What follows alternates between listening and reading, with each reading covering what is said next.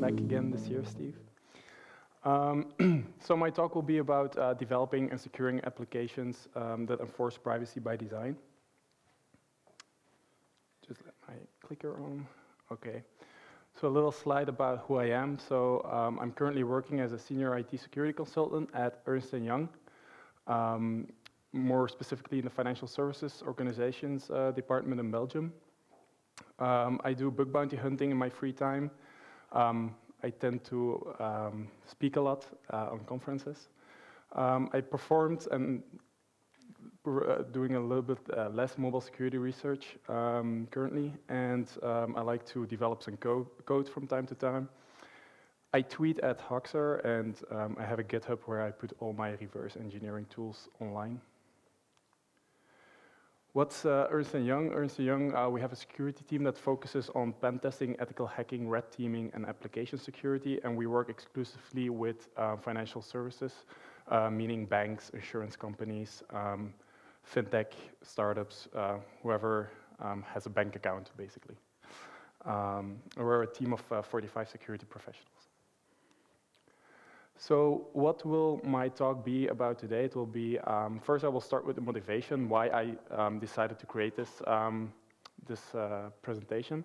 For the people that know me or saw previous talks, I tend to have really technical security talks, but for this occasion I decided to focus a little bit less on the technical side and try to get like a change of mind into the developer community. So we'll talk about what privacy by design means, how you can apply privacy by design, how you can use security to enable that, and also some cases how not to do privacy by design. Some cases that were not discovered by me, but just in the news, but also some things I gathered from my bug bounty hunting. So the motivation is that today you have a lot of different apps.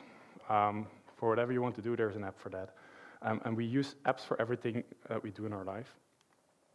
And we share a lot with these apps. So if you think about your favorite search engine, you're more upfront or more, you trust your search engine more than you trust your friends. You tell more stuff to the search engine than you tell to your partner, maybe.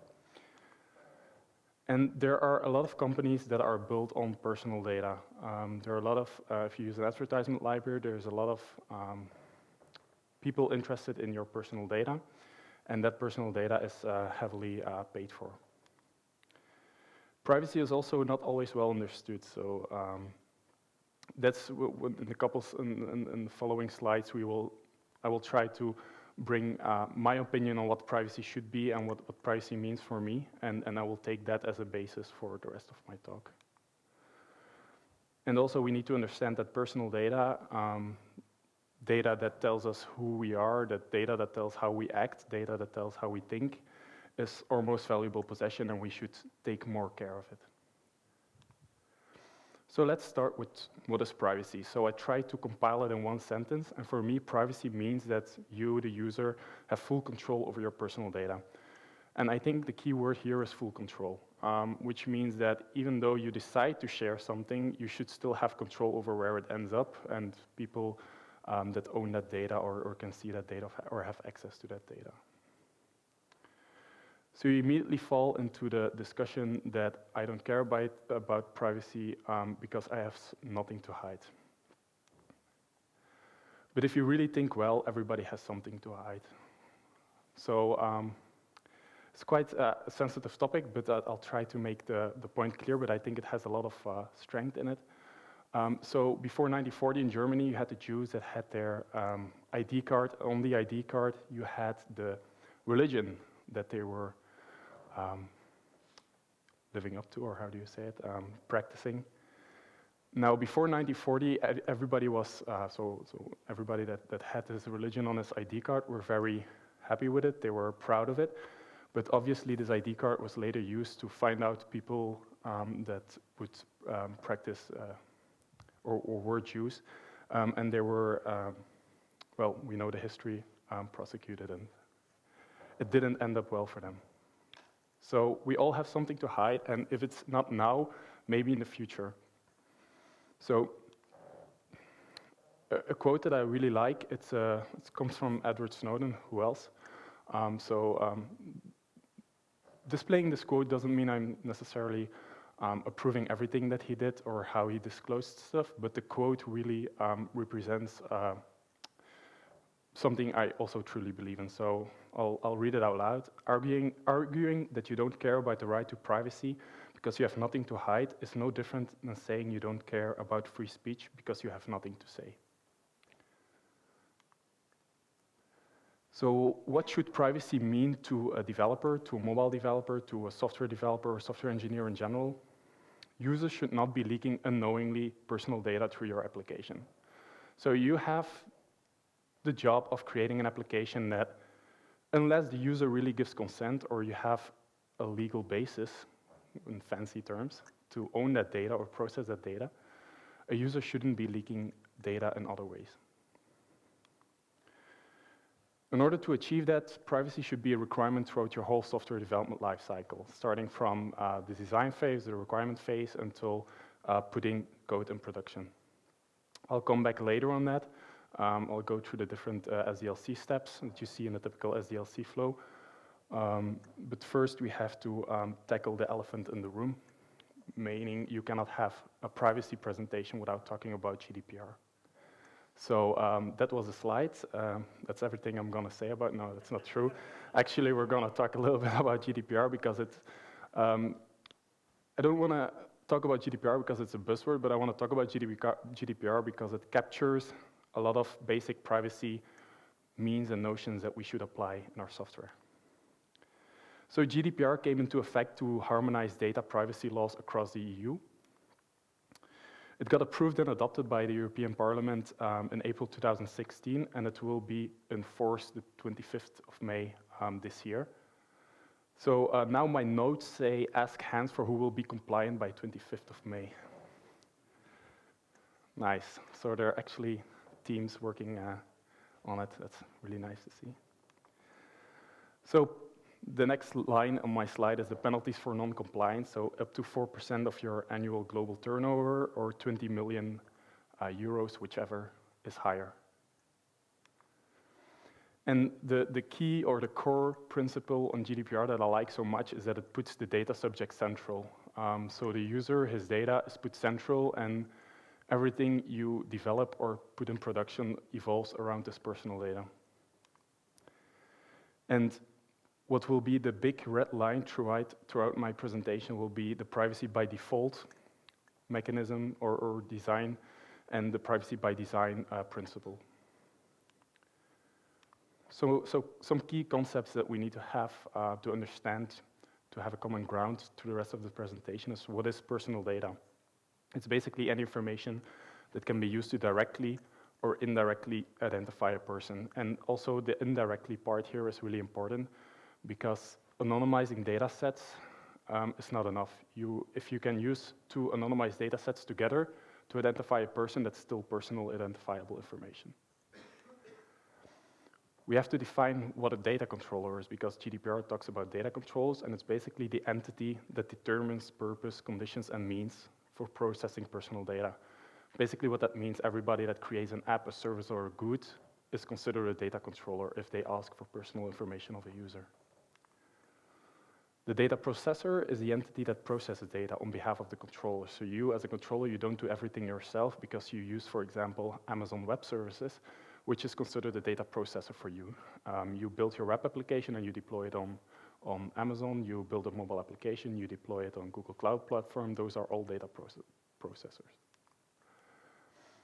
And then privacy by design, which means that we include data protection from the onset of designing a system. That means from requirement analysis until production. Now, who does it affect? Also quite important.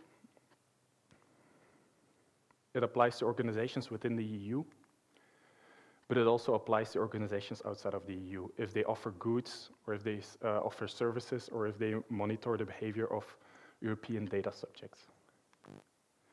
So even though we have a Brexit put in motion, you still need to be compliant with GDPR. So let's tackle this beast that we define as privacy by design. Privacy by design is basically built on 7 principles. The first one means that your privacy in your application needs to be proactive and not reactive. You have to make sure that privacy incidents don't happen. It's not enough to be reactive and do the cleanup after a data breach has happened. Privacy should be the default setting. So if you have any way of users that share their data or store data in your application, and you're offering different settings or you're implementing settings for the user, it should always be that the default setting is the one that gives the highest privacy value to the user. Privacy is embedded in design, which means that it's not something you bolt on later on. Like you have the requirement analysis, you're coding, you're putting it in production, and then some guy back in the team says, but we have to think about privacy. No, that's too late. You have to start in the requirement analysis and use it throughout your whole software development lifecycle. Full functionality, which means that often you hear like, okay, but we're focusing on privacy, so we cannot implement feature X, or we're implementing feature X, but then privacy will be impacted. No, that's not an excuse.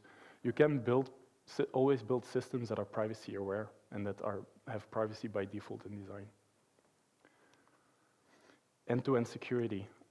This principle tries to capture the fact that you have to be aware of the life cycle of data from the onset of being inputted into your application, living on your application, whether in transit on your network or on your servers or in your database, until the user or you decide to delete data.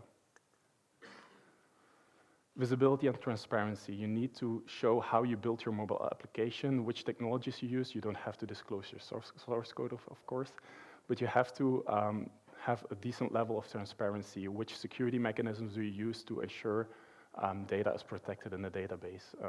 Which cloud platform are you using? Has your application been verified by a third-party independent actor? That's something we do, by the way. And you have to have respect for user privacy, obviously. That's the seventh and the biggest principle, which means that user privacy is always central. User privacy is always the first thing that should be taken into mind when you design a feature or a whole system or whatever you put in production. So let's take a look at a software development lifecycle. You're all software engineers, so I don't have to tell you. This is quite a classical one. You might have little changes in your environment, but typically you start with a requirement analysis. You do the design of the system, you implement it, you do the testing, and you put it in production. So during requirement analysis, you have to understand, obviously, the requirements that are needed. And privacy and security should be there from the beginning, by default. You have to decide and you have to understand which data you're collecting, which data you're processing, and whether you really need it. Other than just deciding the requirements that you put into your application, you also need to decide to understand if all the right processes are in place. For example, if you implement a mobile application with a database, you have to make sure that processes are into place that nobody else can see that information aside from maybe a sysadmin or any other person that might be certified to look at the data. And here again, make sure you review the data you collect and see which lawful basis you have to collect the data. So GDPR basically defines 6 lawful bases or grounds for you to collect data. And the first is the well-known consent. So it's typically said, if you want to be GDPR compliant, just put a big fat box on the application and just ask for consent. That's not quite okay, so you have to really choose the correct lawful ground. So if you ask for consent when you don't need consent, then it basically shows you didn't really do your homework correctly, and when they do an audit, they will say it's not compliant. So the 6 grounds you have is that, obviously, the first one is consent. The second one is you have a legal ground if you need the data to fulfill your contract you have with the person or with the data subject. If you have any legal obligation, for example, if you have a messaging app, you created a messaging app, but you're keeping the messages on your server, You might argue that you need that for any criminal investigation afterwards.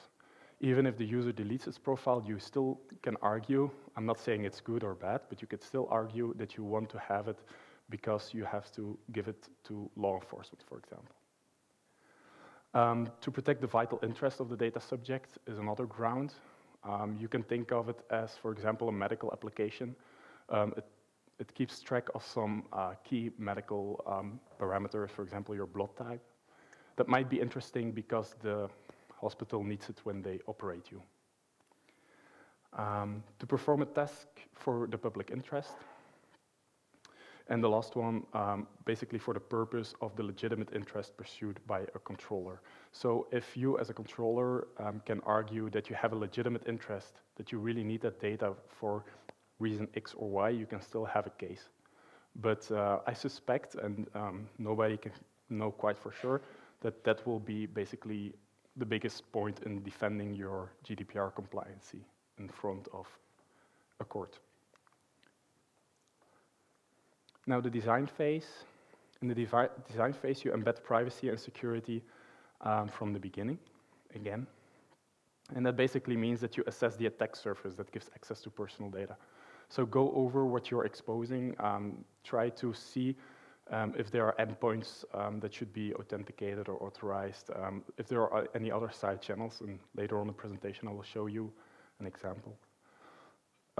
Enumerate the various threat agents, which means basically try to think of who would be interested in having the data you're storing, and how are you protecting that data against falling in the hands of that threat agent. Obviously, identify weaknesses and gaps in security controls. So at some point, you have defined or decided to implement security controls. You have to identify weaknesses if you maybe have a missing security control, or you have to enforce an already existing security control. And this all can be enumerated in perform threat modeling. So you have to assess what you have, what you want to build, and try to figure out if there are any threats and how you mitigate those threats. And in 9 of the 10 cases, it boils down to decide where to use encryption and authorization controls.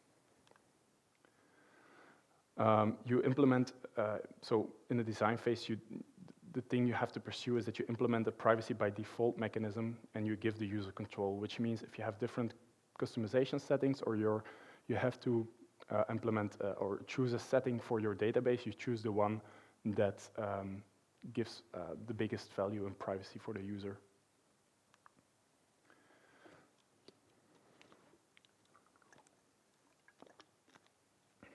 Now we've done the design phase, so let's go over into the implementation phase. First thing should be that you deploy secure coding standards. So who in your team, can everybody put their hand up if in your team you have secure coding standards? Okay. That's not that much. Perform static code analysis. In my example later on, it will show you why you should do static code analysis. Perform security code reviews, which means that you, whenever somebody does a commit to the repository, somebody reviews it and sees if it's a security sensitive feature, if any security controls are bypassed, or if any vulnerabilities are implemented.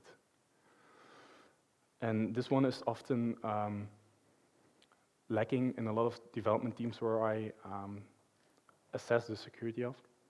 And it's basically to create a secure build system and pipeline, which basically means that you as a software engineer, you deploy to a repository, and from then on, everything is out of your hands. Testing happens, deployment and staging, user acceptance testing is done, and then it's automatically deployed to production.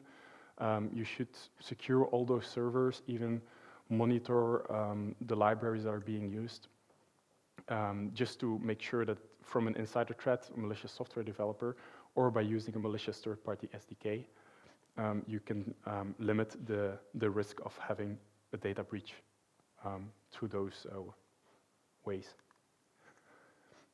So testing. Do not use customer data in testing. that you get from your production. So often in software engineering teams, or in testing teams, where I come for a pen test, I get access to an application and staging, a mobile application and staging, and I see real live persons, like information in the application.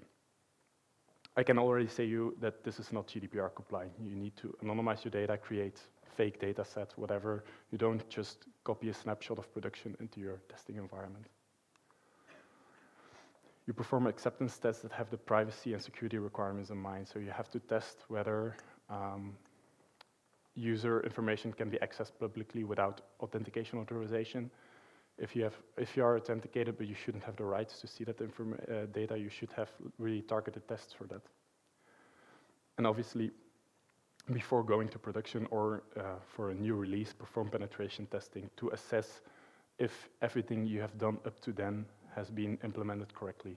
So typically, we do input fizzing, where we try to get code injection attacks that gives us access to user data. Try to find flaws in business logic, try to bypass authentication authorization, and basically the overall security posture of infrastructure that's in production. That brings us to deploying in production. Make sure that whatever you deploy or whatever infrastructure you deploy, you implement the security best practices. I mean, this sounds really straightforward, but you cannot imagine how many times we see that even servers that you could create one hardened image for and you deploy it in the rest of your data center is not being done.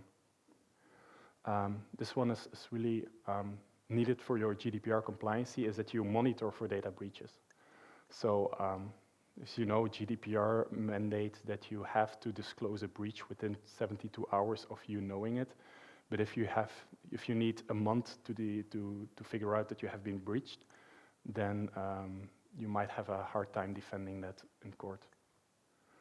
So you have to log according to use cases. So whenever you're developing an application, you have to log according to interesting use cases that you are modeling on top of the threat agents that you have identified or the threats that you have modeled. For example, a certain threat can be that unauthorized access have been found to your or an exploit or vulnerability exists that attackers can exploit to have unauthorized access to your database. A monitoring implementation could be that you log access to your database together with the authentication profile that has been used. Then you still have two options in case of a data breach. You can challenge the person that has which authentication profile you see accessing the database. And you can then confront him and see where the breach has happened, if his account has been breached or he was the one that tried to access the data. Vulnerability management of applications in production is also a really important one. So you've built the whole application, you've gone through all the phases of your SDLC, it's running in production, now you have to keep it secure, which means that you have to monitor for new vulnerabilities popping up. If you're, for example, using a certain web server, if that web server is vulnerable, then you have to implement patches for that. Or if you do a pen test in production on your mobile app and you find that there is a weakness in it, you have to fix that. So how can you use security to enable privacy? First and foremost, you have to focus on a secure architecture. Decide where you place the code. Do you place it on the client? Do you place it on the server? And again, this sounds really like easy and basic, but it's still the biggest flaw we see in the most of our vulnerabilities that we find. What do you do with API keys is a commonly asked question. I will show an example later on, but basically API keys, they can be in the mobile app depending on the capabilities that they give. If they give too much capabilities, you have to put them on the server and implement, obviously, an API interface for it. And where do you place a certain security control? But you also have to focus on storing data. What data do you store on the user's device? So you obviously ask for certain personal information of the user, but then you have to decide where do you put that on the device. Do you even store it on the device is the first question you should ask yourself. And then how do you store it? Make sure, obviously, that you use encryption for personal data. And where do you store it? Do you store it on the public SD card? Do you store it on the Facebook profile of the user? Whatever, you have to decide on a secure storage. So obviously putting it on the Facebook of the user is not the most ideal situation to put sensitive data. So you have to be aware of different attack models that exist towards mobile applications. They can be reverse engineered. They can be reverse engineered offline or online, which basically means online while the app is running, offline when you dump the application from the App Store or the Play Store, or obviously from the device. They can be reverse engineered. Another attack model can be a third-party application on the device. If you're writing sensitive data of users to a publicly accessible location on the device, that's already also a data breach. So you really have to take into mind that wherever you're storing data, if it's accessible by a third-party application on the device. What if that third-party application has root access? Then the problem becomes even more difficult. Man in the middle. What if your application is left untouched, but the network communication is man in the middle? And what if a user loses his phone, or a person loses his phone, and an attacker can have physical access, and you cannot assume that they have enabled a lock screen or a password or a PIN code or whatever. You also have to take that into mind. Maybe you have to implement your own local authentication mechanism, for example, a fingerprint before opening the app, or a PIN code, aside from the device. And then you have to obviously implement data protection on all layers. The first one in the application, you have to authenticate users, you have to authorize users.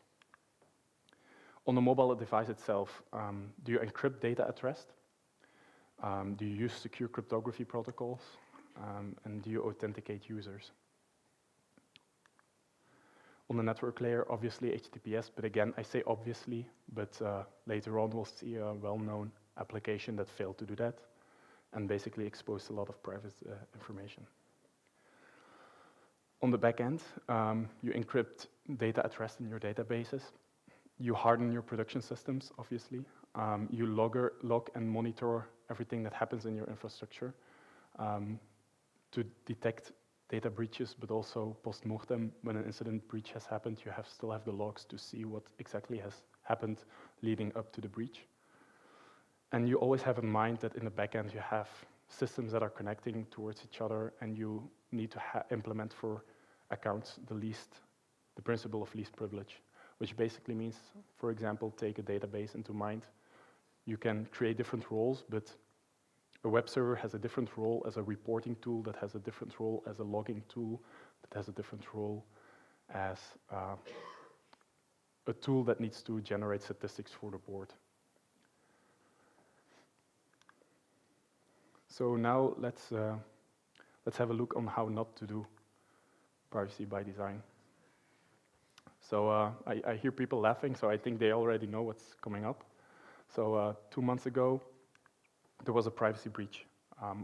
There was a researcher from Checkmarks that found out you could monitor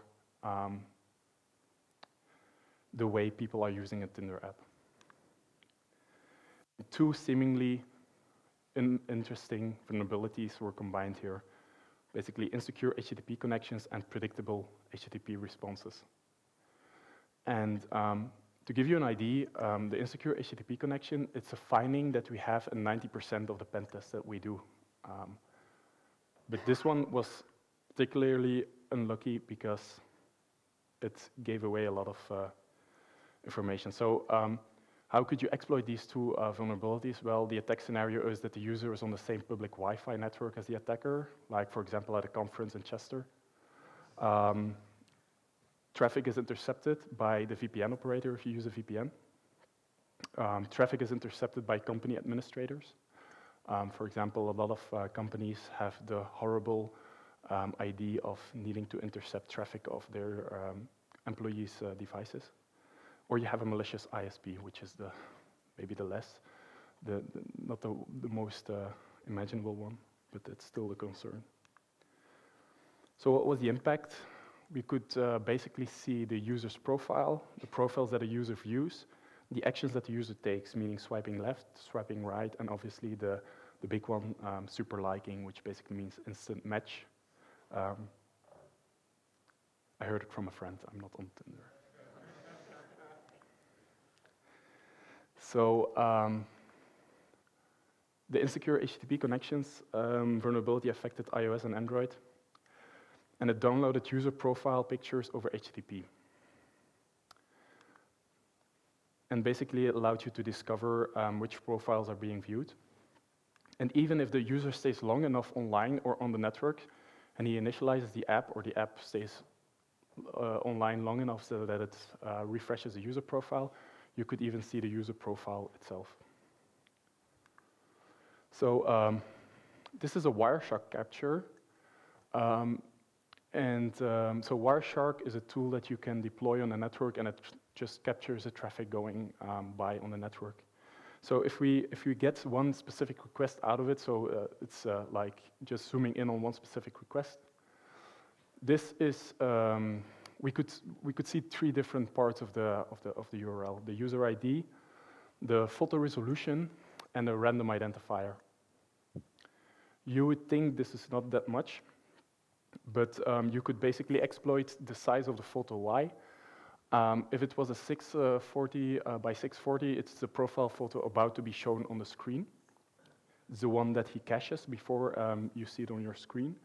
If it's a 320 by 320, it's the profile photo of the user profile that you're attacking, so the guy that's using the app.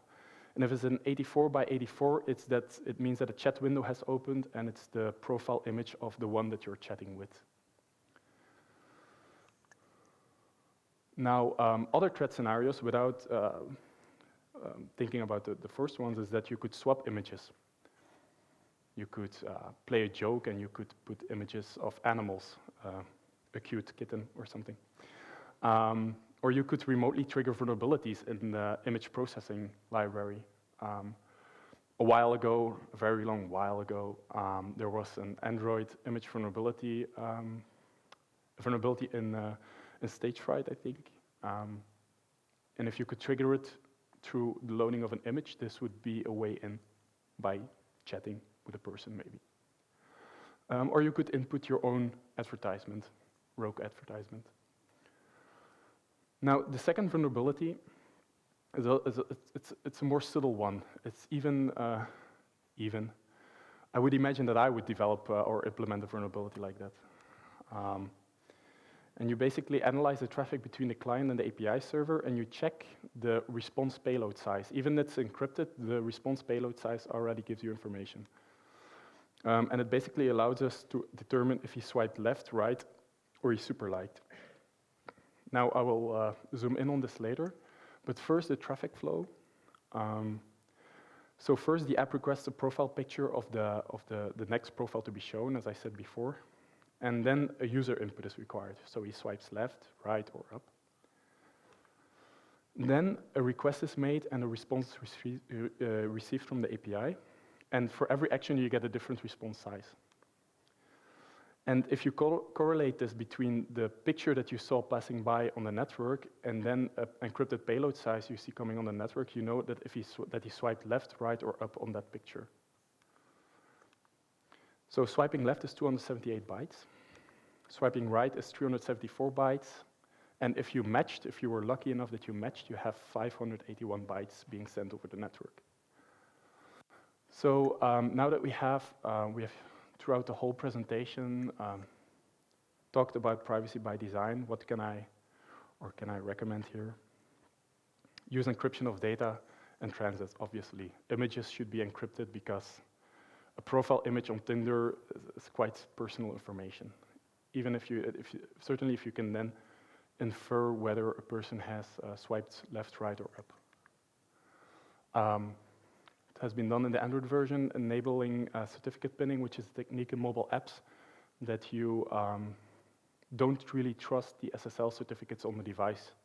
So you ship your app together with the SSL certificate you're using on your infrastructure, and then you are more or less sure that the app is connecting to your infrastructure only by accepting that certificate.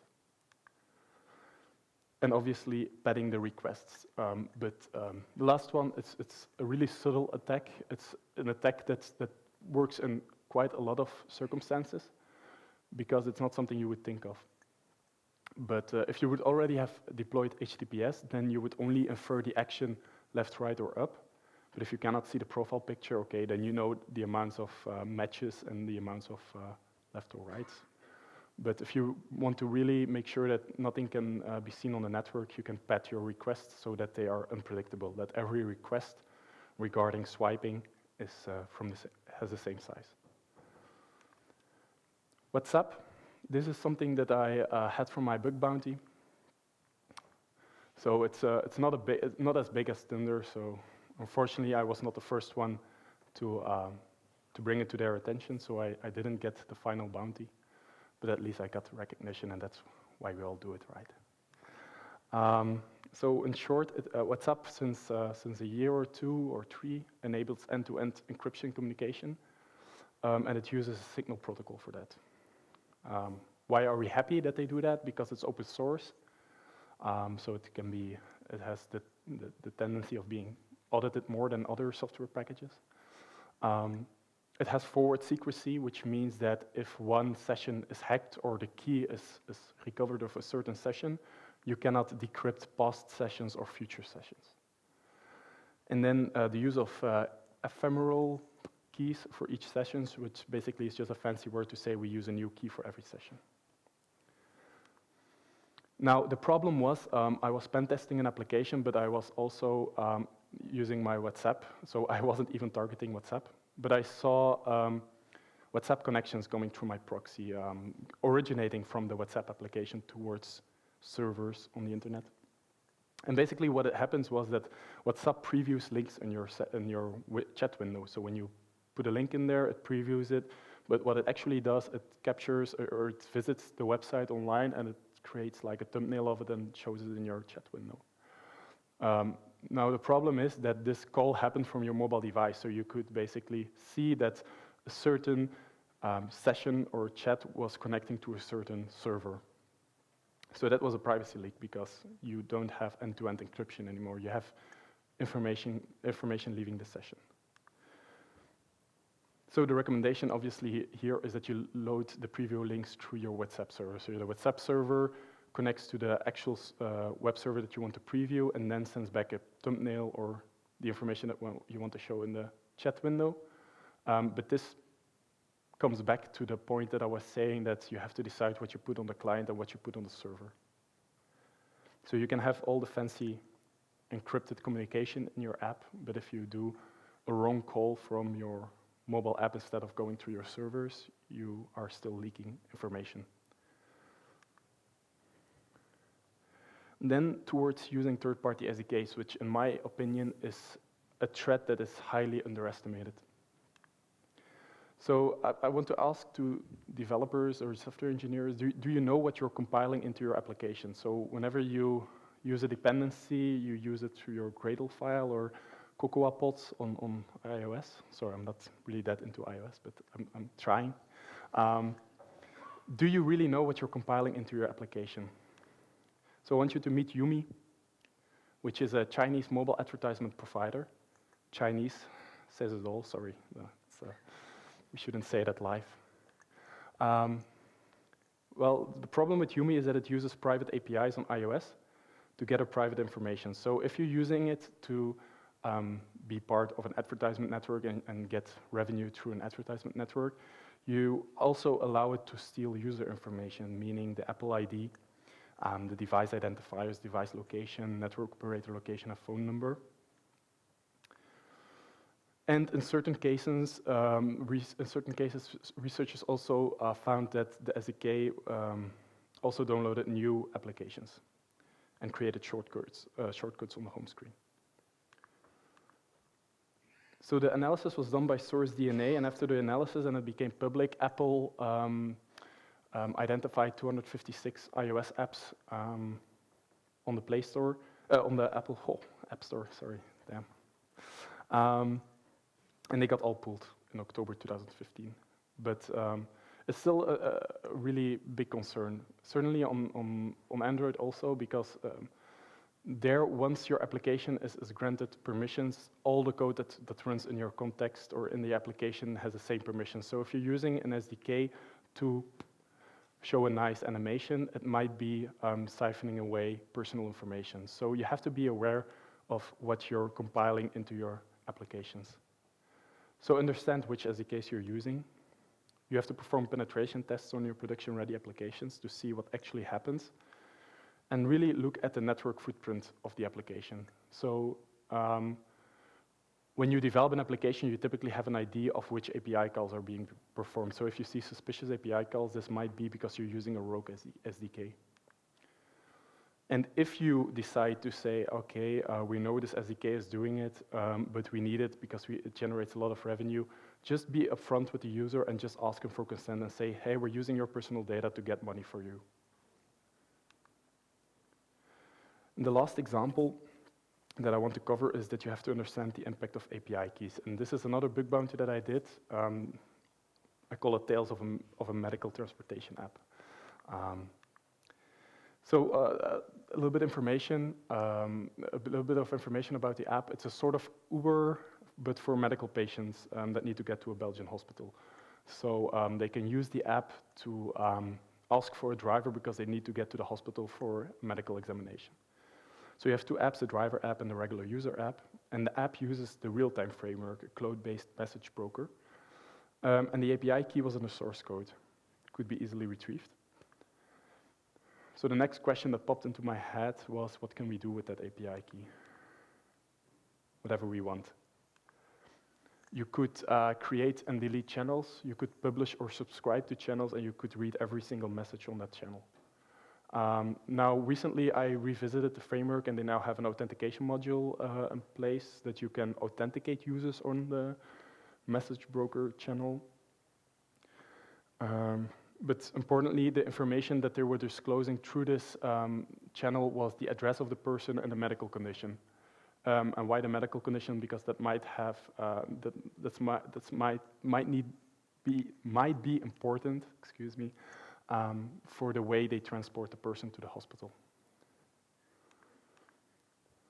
So my recommendations to that app were treat that publishing subscribe channel as an insecure communication channel, like it would be any other channel that you don't trust, and you implement cryptography on top of it. Move the API keys to the server and implement a message API where you have the power of authenticating users that you can allow on the channel. Authenticate and authorize clients to receive messages from the message API. So, conclusion. The biggest key concepts you have to keep in mind, and you need to be the privacy champion in your team. You have to be that guy that always talks about privacy. I'm that guy, you should be that guy. And it should be that privacy is implemented by design and is implemented by default. You can use security to enable both. And ensure that all the services, all the data processors you use, that you challenge them to do the same. To give an example, I'm also defending applications for clients. So that means the defensive part, I'm not only the offensive part. And I just sent an email quite upfront to the data processor and asked, will you be GDPR compliant? And they gave me like a whole email back, and what I distilled from it is that we might be. They didn't know. So we have a plan that if they're not compliant in a certain amount of time, we will look at alternatives. And the most important lesson here is that you put the user central in every key decision that you make for data harvesting, for data access, and for storing data. Thank you.